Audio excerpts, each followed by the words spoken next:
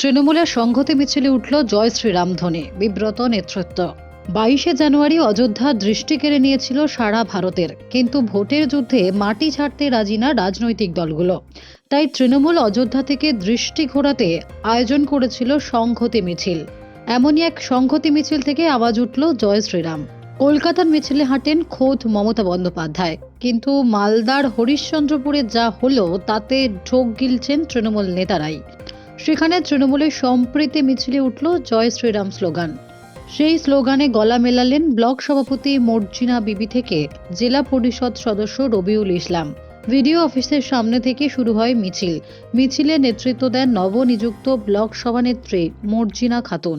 মিছিলে ছিলেন ব্লক তৃণমূলের তাবর নেতারা, ছিলেন জেলা পরিষদের কর্মাধ্যক্ষ রবিউল ইসলাম এবং সহসভাপতি হারাধন দাস। মিছিল কিছু দূর এগোতেই ওঠে জয় শ্রীরাম স্লোগান। স্বাভাবিক কারণেই বিড়ম্বনায় পড়েছে শাসক দল। তৃণমূলের মিছিলে জয় শ্রীরাম স্লোগানকে কটাক্ষ করেছে বিজেপি। তাদের দাবি, এ তো ভূতের মুখে রাম নাম। মরণকালে এখন রামের নাম নিয়ে তৃণমূল নেতারা বাঁচার চেষ্টা করছেন, কিন্তু এতে কাজ হবে না।